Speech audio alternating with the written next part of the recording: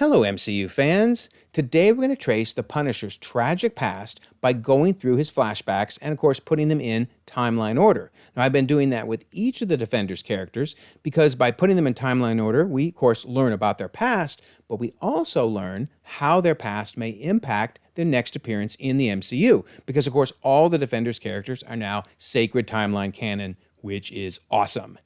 However, keep in mind that to talk about these flashbacks, I do need to do spoilers for Season 1 and 2 of Punisher. It's just impossible to talk about them without revealing plot points that are really key to the series. But as long as you're okay with that, then let's dive right in and see what we can find out. Don't forget, we do have the January contest running all month long. All you have to do to enter is be a subscriber and leave a comment, and you might win a book or a steelbook. Best of luck. And then also we have the membership option in case you want to help me with my goal of hopefully doing this full-time one day.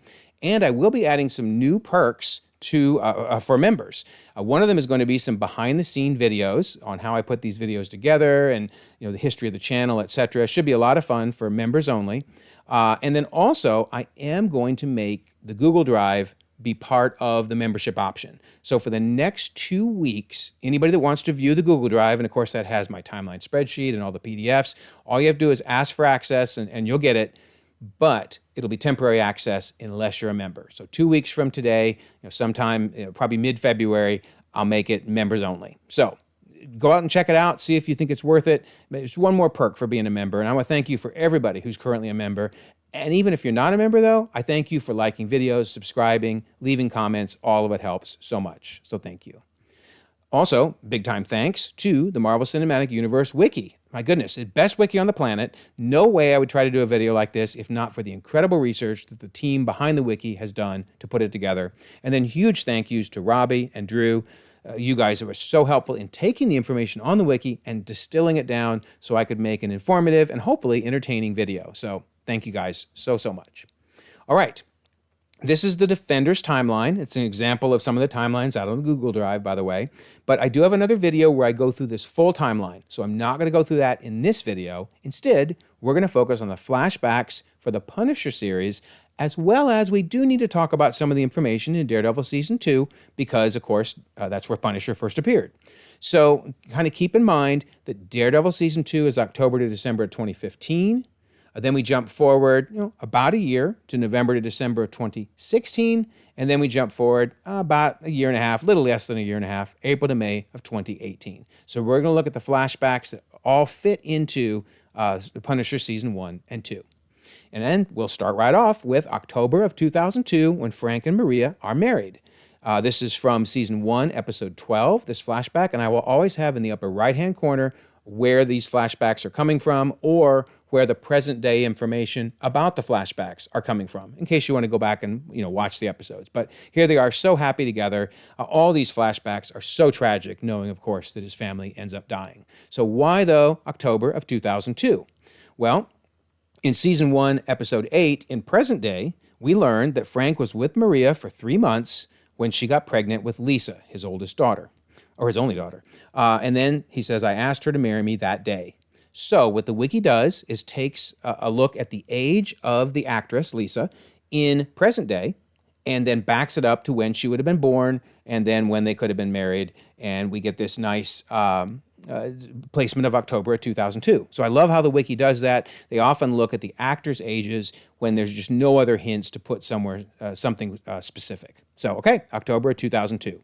Then we jump to November of 2011, and we see Russo and Castle playing Down the Line. This is Season 2, Episode 10. So down the line, they're saying pain is only temporary, right? And then we see what down the line is. Oh, my goodness. This is why I'm not in the Army, Navy, Air Force, Marines, etc., because I wouldn't last a day. I mean, they got to go down this line and basically get pummeled by each person.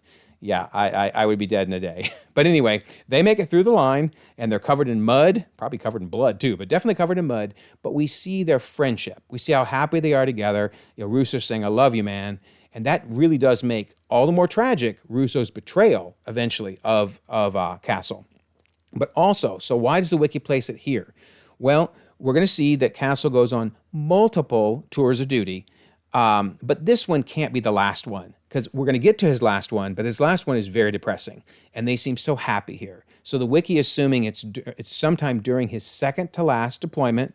And then whenever they don't know a specific time frame within a range, they just pick the middle of it. So this would be the middle of his second to last deployment, November of 2011. So how do they know what the middle is? Well, because Frank helps us out here. In present day, he says in season 1, episode 7, that they did 15-month rotations in Afghanistan. Okay, so that helps us know how long of each of these rotations are and helps us backdate to eventually get to November of 2011. All right, so again, this was the second to last rotation. So during the time between that second to last one and the final one, Russo and Castle spent some time together. Once again, showing just how close they were as friends and then how tragic his betrayal is, because Russo's saying, man, I loved baseball, and that's the worst part. Arthur, who abused him, took that away from me. So a couple things. Number one, a July timeframe makes sense because it's baseball and the kids are playing. But more importantly, this shows how close they were as friends because, trust me, men don't talk about abuse with just anybody. I mean, this is something you would only share with your deepest, closest friend. So yeah, it's just all the more tragic, the betrayal. Okay, so the July of 2013. Then we move to September of 2013. Season 1, episode 13. And the Castle family spends time in the park. There they are on the merry-go-round. And I'll be honest, I initially thought this was the day they all got killed, right? Because we always saw this merry-go-round in the park. However, there's several reasons it's not. And the wiki is so great to figure all this stuff out. Number one, we're going to see they're wearing different clothes than they wear on the day that they're killed. So we'll come back to that. But we're also going to see another thing in just a second. So hold on. Then we see Frank smiling with his wife as they're talking about, man, their kids are going to be too old for this before long. And here's the big reason this is a different time. Because look who's there. Good old Billy Russo, right? And we're going to learn later that he was not there on the day that Frank Castle was killed. So we'll get to that when we get to their death. But so Billy's there. And one of just another good example of how close he was with the family and the daughter. The daughter's saying Uncle Bill. She calls him Uncle Bill. And then she talks about if you were an orphan, how do you know you were named after Billy the Kid? But that's not as important as Uncle Bill. She calls him Uncle Bill. So yeah, they were really, really tight. Okay, so this seems to be very close to the deployment when they're going to head out for their final mission in Afghanistan. And notice Frank's hair on the left. He hasn't done the buzz cut yet, but when we see him again, now he's got the buzz cut. So in this flashback from season 1, episode 1, we see him teaching his daughter to play guitar. Just so sad seeing all these scenes and knowing obviously she's gonna die. But so he's teaching her guitar. Then we move to season 1, episode 2, when they spend some time together and tour Ellis Island. And here they are just seeing the Statue of Liberty. And I just thought this quote was really important because his daughter says, hey, I read at school that she, the Statue of Liberty, represents everything good about America. Is that why you have to go away and fight? Well, of course, as we're going to see on this final rotation, it is absolutely not everything good about America. It's everything bad about how the military can sometimes be used for extremely nefarious purposes. So we'll get to that. But okay, so it's time for him to head off to that final deployment. So the wiki places that in September of 2013, very soon after that last little trip around Ellis Island. And we learn that Castle and Russo are going to be put in charge of something called Operation Cerberus. And there's our good buddy Clancy Brown. Man, anytime you need somebody to be the villain of the day, bring in Clancy. He is epic villain. He's basically telling everyone, you are my dogs of war. So this is season 1, episode 3 flashback. And Castle and Russo, you're the team leaders. They will post all assignments. Also important in his flashback is that Castle meets Gunnar Henderson. We're going to see Henderson plays a very key role he didn't mean to, but inadvertently in the death of Frank's family. So we'll get to that though. But now more importantly is he meets Henderson, who says, you're leading my team. You know, I've heard good things, Lieutenant. So very cool. Okay. Then now we jump to the middle of this final deployment. So it started there in September 2013. And remember, the flashbacks are sometimes just placed in the middle if you don't know where else to place them. So April of 2014 is the assassination of Ahmad Zubair. This is just one example of the tragic things they did during this Operation Cerberus. But this one happened to be recorded. Because in present day, season 1, episode 5, we see Micro watching the video. In fact, this was sent to him, and that's important, right? He got a copy of this video. So he's talking to Frank, says, someone on your unit risked their lives filming this, Frank. Somebody knew this was wrong, and they wanted to do something about it. And that's when Frank says, Gunnar Henderson. He's wearing the camera. So that's when we learn that it must have been Gunnar that not just filmed it, Frank knew that, but is the one that sent the video to Micro. So we're going to learn more about why that happened. But anyway, this flashback is very, very important, this assassination. All right, also, in season 1, episode 3, in present day, Micro says, your Operation Cerberus doesn't exist. They turned you into a hitman, Frank. So yeah, I think Frank knew that he was just there to kill for the military. But the question is why? Why was Ahmad killed? Okay, so we go back to the flashback. So this is right after the assassination, and Castle's been told to go and remove the bullet as evidence. Schoonover, that's Clancy Brown's character, said basically, get the bullet, so I'm getting the bullet. And Henderson says, looks to me like we're hiding evidence. So again, we just see all these hints that Henderson is going to feel guilty about this and finally decide he's going to turn that video over to Micro in hopes, and Micro works for the government, by the way, or worked, I should say, for the government. And of course, he's assuming that Micro will get it into the right hands. All right, so in present day, season 1, episode 1, we meet Carson Wolf, total jerk. We're going to see that he is a big part of why Castle's family is dead. But he's talking to Madani, and Madani has received the video as well, because she is now talking about this man, Ahmad Zubair, of the Afghan National Police, discovered the United States soldiers were trafficking heroin, and they killed him for it. So now we know why he was assassinated, because he found out that they were trafficking drugs, hard drugs, obviously, heroin. Isn't drugs behind everything? Oh, gosh, what a mess. So, yeah, we learn a little bit more about why that assassination happened, and we know now that Micro eventually sends the disc to Madani, as he should, right? He should send it to somebody higher up for them to look at. Okay, then we get to the nearly the end of this last rotation of his last mission, and they really help us from a timeline standpoint. This is like timeline heaven. There's so much great information here. So he's opening a birthday card, and then we learn when's his birthday, right? Well, in present day, when he's talking to Micro, Micro says, happy birthday, Frank, it's the 15th. And that's episode 3. And in episode 4, they talk about it being November. So November 15th is his birthday. Well, that's perfect. So we can date this scene, this part of the flashback, in November of 2014. We also learn there's 29 days and counting before they get to go home. So that's important. Remember, we learned there's 15 month rotations. There are 29 days left before this one ends. So we know they're going to go home in December, right? This is all fitting together so nicely. December of 2014, they're going to get to go home. Okay, great. Now, what is it that happens on what I'm calling an ill-fated mission? Well, we're going to see. So Castle is talking to his superiors who are ordering him basically to go do another hit. And they're telling him, Castle is telling them, we've been doing this for a year, all right? That fits really well too, right? Remember, 15 months, there's 1 month left, so a little more than a year, but from a timeline standpoint, that's still perfect. This is all perfect. But he's saying, we've been doing this for a year. Now look, they know about us. They want us dead. So this guy, we already saw Clancy Brown's character. This guy, Agent Orange, total jerk, totally punchable face. And in fact, Frank Castle will punch him so hard that he breaks his eye socket. So yeah, very, very punchable face. But Agent Orange is just terrible, terrible dude. Anyway, Castle's saying, look, we've been going through, we've been killing them. They know it, and they want us dead because we go in the middle of the night and people disappear. So he says, I think this is a trap because it's exactly what I would do. I love Frank Castle, man. I can't wait for him to come back. Oh my gosh. He's so awesome.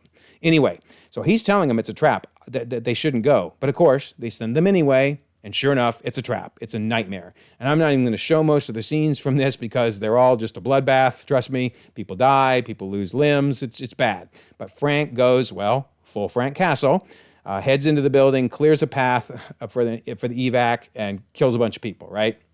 So they get back after this horrible mission gone wrong. And what does Jerkface say? Did you kill the target? Not, you were right, I was wrong, it was a trap. Not, hey, I'm sorry, I know this was awful. No, did you kill the target? Well, obviously that's all he cares about, right? Because these are assassinations of people that knew about their drug dealing. So Frank Castle punches him so hard that he busts his eye socket. I'm not going to show that because it's really gross, but trust me, this punchable face gets a heavy punching. Okay, then Russo is now mad at Frank. Is mad because he punched him, right? And he's like, look, if you don't like the way it smells, get out. I am. So this is all fitting perfectly that there's only 29 days left before they get out. And then one last epic timeline thing to fit in really well. Remember, we're November 2014 in the flashback, in present day of season 1, episode 10, which is probably around December of 2016. He's asked, Russo has asked, when was the last time you talked with Frank Castle? And he says, a couple years now. It's perfect. Couple is 2. 2 years ago would have been, December when they left that final mission. So here we are in December of 2016, looking back at December of 2014. Everything is fitting together perfectly. Kudos, guys. So remember, they should therefore go home in December of 2014. That's when they should go home. And we know that because in season 1, episode 12, Frank Castle is discussing his final mission. Dina Madani, is saying you served for many years as a Marine Force recon, but that wasn't where you served your final mission. And he says, nope, I was part of a covert CIA operation. It was called Cerberus.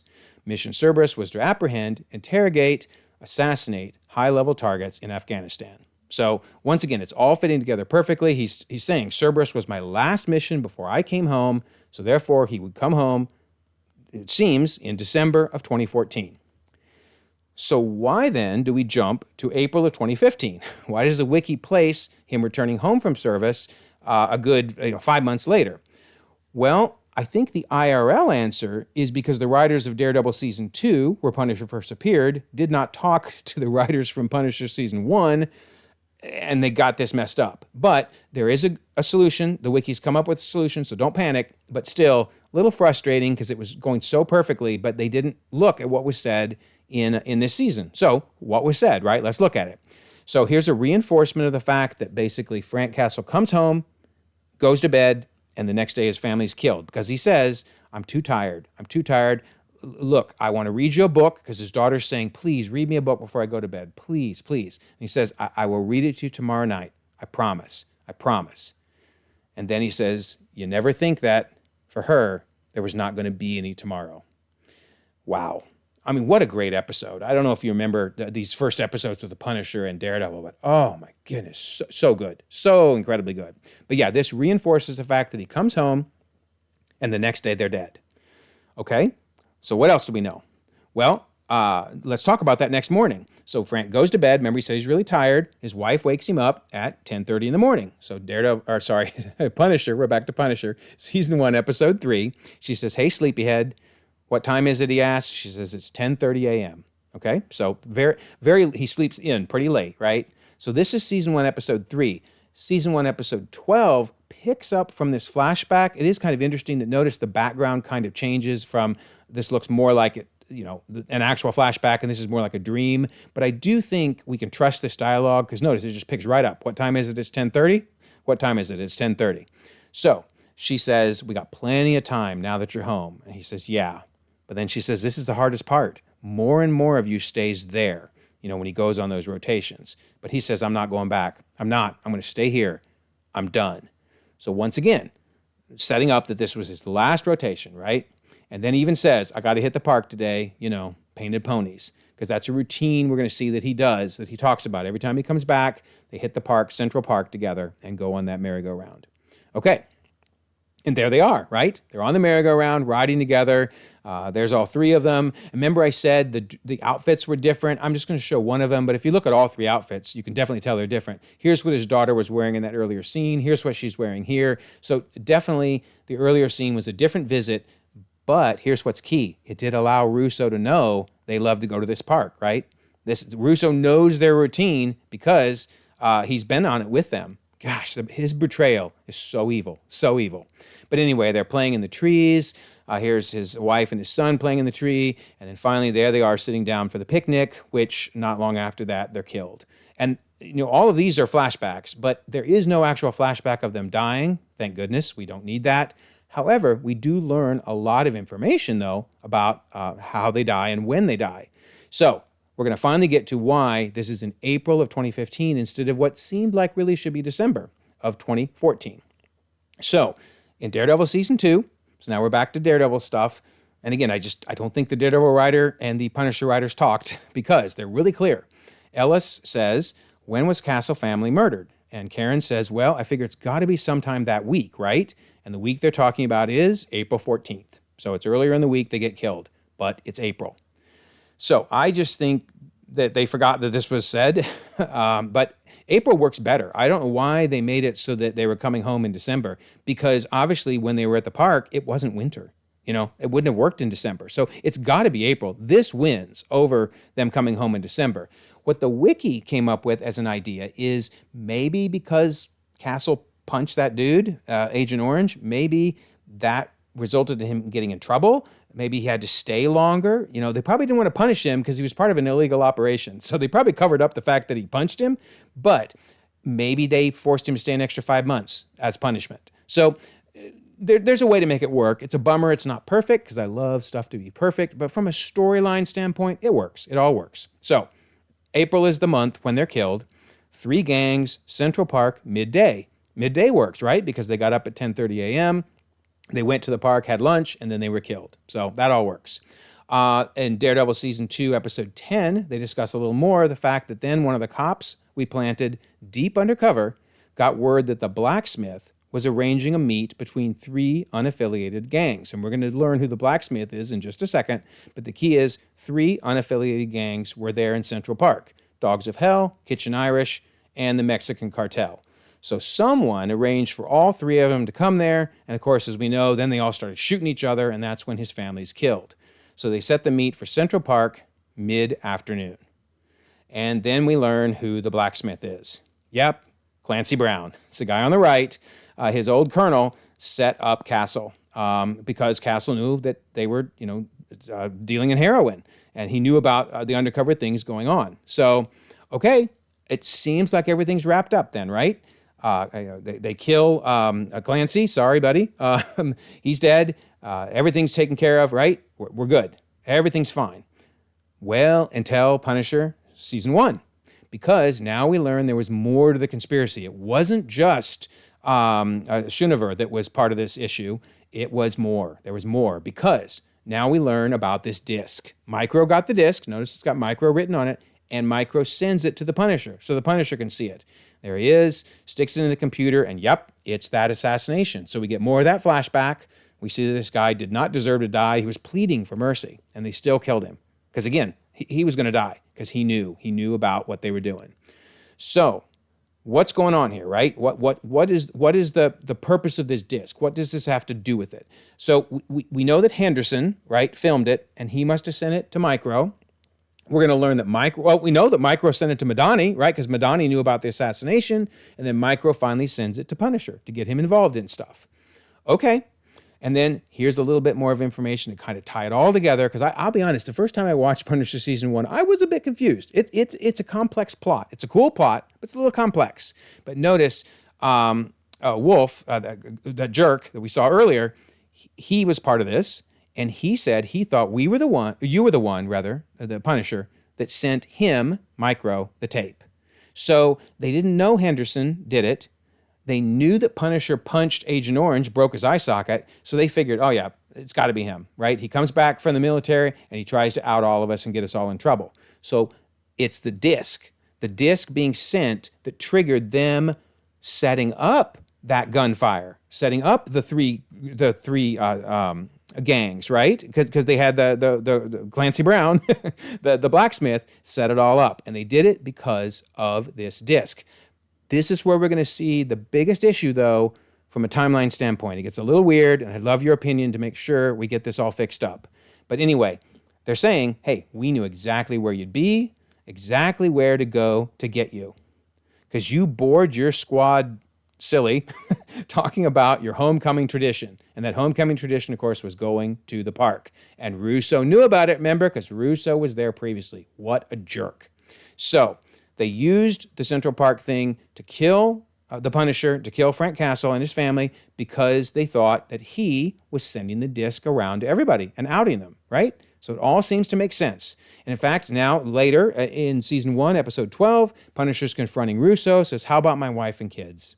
Did you do it, Bill? Did you pull the trigger on my wife, on my son, on my baby girl? And then Russo, like the typical jerk he is, says, if it was me, you'd be in the ground because I wouldn't have missed. But I told him I'd have no part of it. Okay, so this is all kind of coming together. That's why Russo wasn't there. Remember I said earlier, the one flashback can't have been the one where they died because Russo stayed out of it. Russo didn't go because he didn't want to get killed, right? So it's all coming together perfectly, right? So this whole setup, this whole reason his family died was because Henderson sent the disc to Micro, who then sent the disc to Madani. Well, there's a problem, and here it comes. That's because when Micro sends the disc to Madani, which alerts the Cerberus people that the disc is out there, it's October of 2015, a good 6 months after Frank Castle's family is killed. How is that possible, right? I mean, again, the chain of events is Henderson sends the disc to Micro, and we're going to see in a second, in this very flashback, this is the flashback where it happens, that Micro sends it to Madani. And they find out about it, and they have Micro killed, and they have the Punisher killed. Well, and his family. Except that we're now talking October 2015. So first, let's figure out why this is placed in October 2015, and then figure out how to solve it. Okay, notice the table there, the cookies, clearly Halloween cookies. Notice the pumpkins, the pumpkin in the window, which I think says Happy Halloween. So tons of Halloween stuff. We're going to see one more thing to place it in October in a second. But what are they talking about in this flashback? Which, by the way, is season 1, episode 3. It's Micro's wife saying to him, what is that disc? And why did they send it to you? And he's like, well, I'm the assigned analyst. That's what they're meant to do. So they're trying to decide what to do with this because he knows there's an assassination on there, right? This is a serious deal. So he's trying to decide what to do. So that's going to be key to solving this timeline issue is it takes him a while to decide what to do. But anyway, so here he is looking at the disc. Once again, it's that terrible assassination. And then there he is sending it to Madani. So he sends it to Madani. And then it isn't long before you can see the troops back there. That Carson Wolf jerk sends these troops in to get him. But here's one more timeline key, though. While they're sitting in the car, his son says, I want to make it there in time, make it to that haunted house before the line. So tons of references to this being in October, late October, in fact. All right, so how do we get 2015, though? Why do we know it's 2015? Well, because there's Carson, that jerk. Carson says, hey, drop the weapon to Micro, to David. And he's like, I don't have a weapon. I don't even have one. What are you doing? And they shoot him anyway, but they end up shooting him in his cell phone. You can just barely see it in the image there. And then present day, he says, the cell phone saved my life because you can see the injury on his left pec there. But that was because the phone saved him from the bullet going through him. But anyway, why then am I saying it's 2015? I mean, we know it's October, right? We know that flashback is October.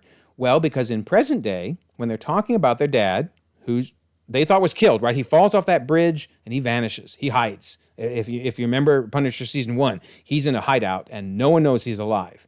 But he is watching his family through videos that he's hidden in the house. And they say, it's just a movie. Dad would totally let me go. And his mom says, when? When you were 10? Because your father hasn't been here for a year.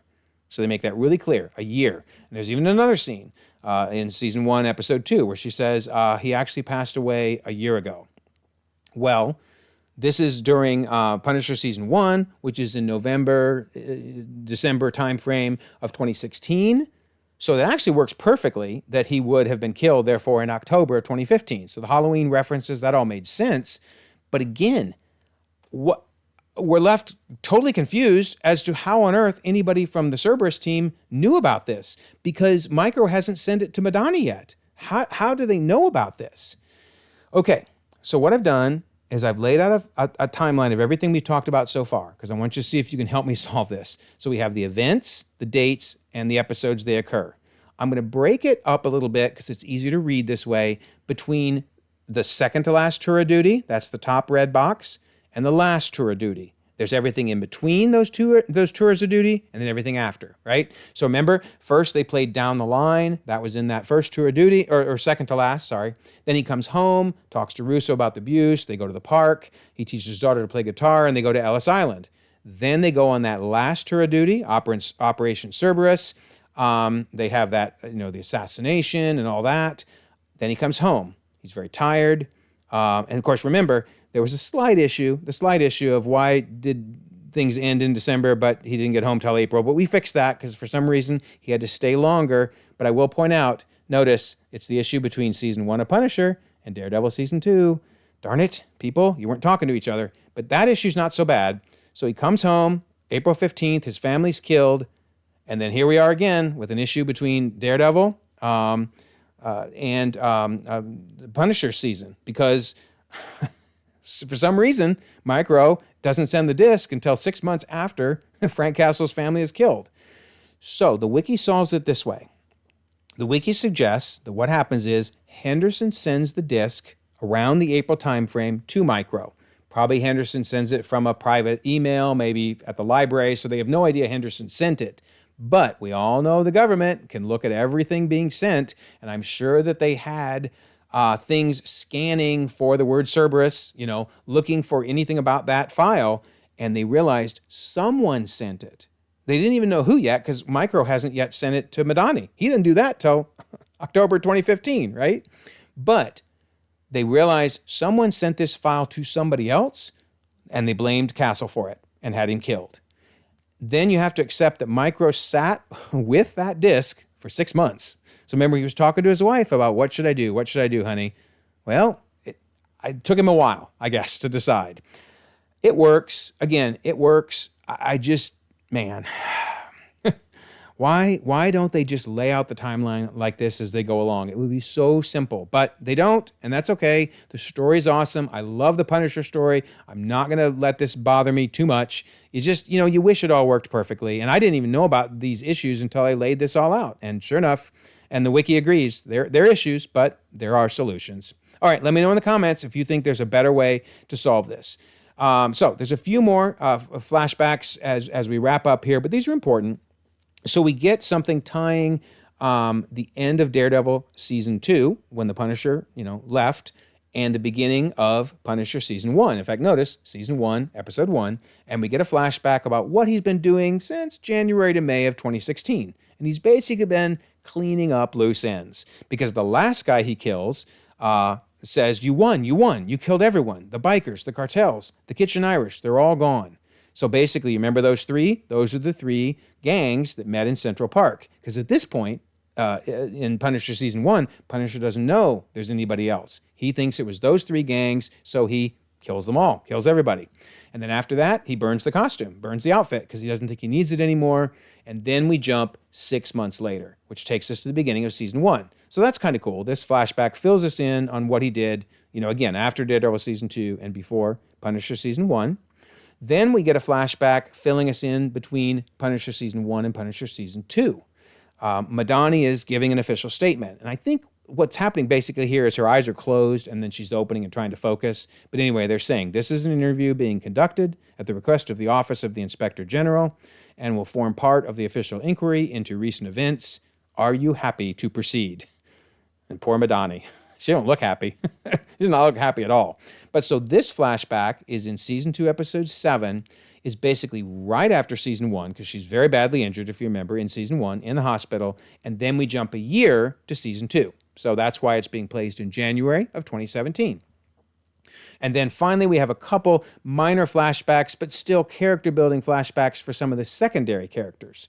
So Krista Dumont, who was in Season 2, we learn about how her father killed himself and tried to kill her at the same time when she was a little girl. Basically, her father and mother were getting a divorce. The father grabs Krista and jumps out a window. He says, if he can't have me, neither could she.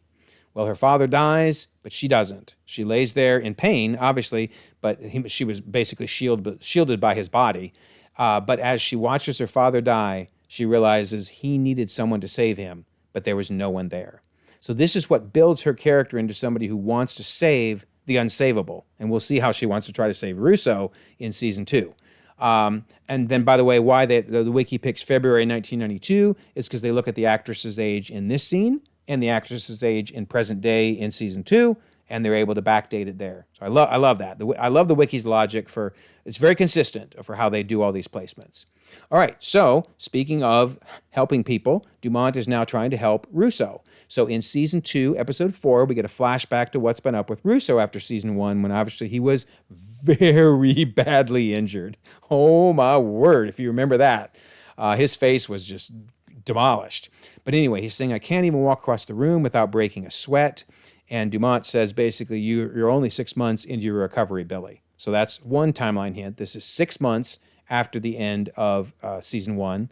But it's actually 6 months and 6 weeks, because he was literally in a coma for 6 weeks, as we learned from Madani. So, okay, so we get that flashback. Oh, sorry, a little more from the flashback then is Billy talking to Dumont, saying, and she asks, what face do you want the world to see? And this is when he just goes evil, because he comes back and that's the face, right? He draws on there, this is the face I want the world to see. Pretty creepy. And she says it looks good. But then she says, what if you opened your mind to the idea of redemption? I will help you get there. So again, that flashback with her and her father is why she's trying to redeem the seemingly unredeemable and save the unsavable, if you will. All right, so our very last flashbacks are 2 quick ones with John Pilgrim. One of the kind of villains of season 2 ends up not really being a villain, but February 2007, we learn that he is confessing to the woman he's now in love with that I have done every manner of sin, everything. I've done it, every one of them. I've killed men, Rebecca. I was so lost, but now I've been found. So, of course, he turns to Christianity, and then they begin their family together. So this February 2007 is dated based on the age of his daughter, because the assumption is naturally if he's now a very devout Christian, they probably had their kid after marriage, right? So the wiki's able to place it, therefore, in February 2007. So we kind of see this to see how he was giving up his old way of life, right? Giving up his murderous ways. Then we get a flashback, April of 2018, as he's pulled back into that old life. Because these jerks that are helping his wife is now very sick, if you remember, and they're telling him the treatment is taking some getting used to. It's a potentially groundbreaking technique. And of course, Pilgrim's saying, hey, we're both in your debt. And they're like, oh, good, that's what we wanted to hear. So they're taking the kids away there so they don't have to hear this, because the dude says, I've recently become aware of a serious matter, one that threatens everything we hold dear. It's going to need a special kind of attention. So Pilgrim then is telling his wife, I've got to go. She asks, how long will you be gone? He says, only a couple of days. And that's what places this flashback just a few days before the start of season 2. And she says, I love you. Of course, she's really sick. And then he takes off to be bad again, which kicks us into season 2. So there you go. Those are all the flashbacks from Punishers season 1 and 2. And it really do form his life. It's a very complex set of circumstances that led to his family being killed. So I'm sure that will be referenced when he reappears. So as a reminder, we covered the flashbacks that fit in here between Punisher Season 1 and Punisher Season 2. And this is the whole timeline here. And again, I do have a Google Sheet out there, which I won't lock this drive for another 2 weeks, so everybody can get to it. And then after 2 weeks, it'll just be for members. But the thing I want you to see is I've got everything in here, all the different movies, all the different shows, etc. You can sort by timeline order or release order. You can also filter, and the filter is what's really helpful because I got a lot of stuff in here, and you may not want all of it. You may just want the Netflix shows, for example. So let's say you filter to just the Netflix shows, and you sort it by release order. This is really cool because now you can see how all the flashbacks, notice, lead up to Punisher Season 1, starting with the one in October of 2002, and then September 2013, etc. So it's really cool to sort it both ways. You can sort it in timeline order or in release order. It's a lot of fun. Make sure to check it out. I will leave a pinned comment so you can get to that. And again, we have the membership option down the road if you're interested. Also, we have the January contest. Be a subscriber, leave a comment. You might get a book or a steel book. And I always like to mention our Discord server. Discord server is so much fun. You can see that we've got rewatches, MMORPG, Comic Club. This is just a couple days example of some of the things going on. There's something every day. We have server awards. We're doing kind of like our own Oscars, our own fake Oscars, if you will. We also have DC retrospectives as we're preparing for the upcoming start of obviously the DCU, James Gunn's exciting DCU. Again, the server awards, it's basically what would your picks be for best movie, best actor, and some of those things. It's a lot, and there's some crazy stuff in there too. It's a lot of fun. We have contests, game polls, the what if contest. I think I've mentioned this before, but basically you can share your what if ideas for if you were writing episodes for season 3. And then lastly, we have this crazy icon contest where you can turn me into something Valentine's Day related. I don't even want to know. Anyway, so much fun on the server. I will leave a pinned comment so you can join the Discord. Also, the comment will have a list of where to get out to that Google Drive. And if you don't mind, like this video, subscribe if you haven't already. You can check out more content, and we'll all continue to enjoy the ever-growing, ever-changing Marvel Cinematic Universe.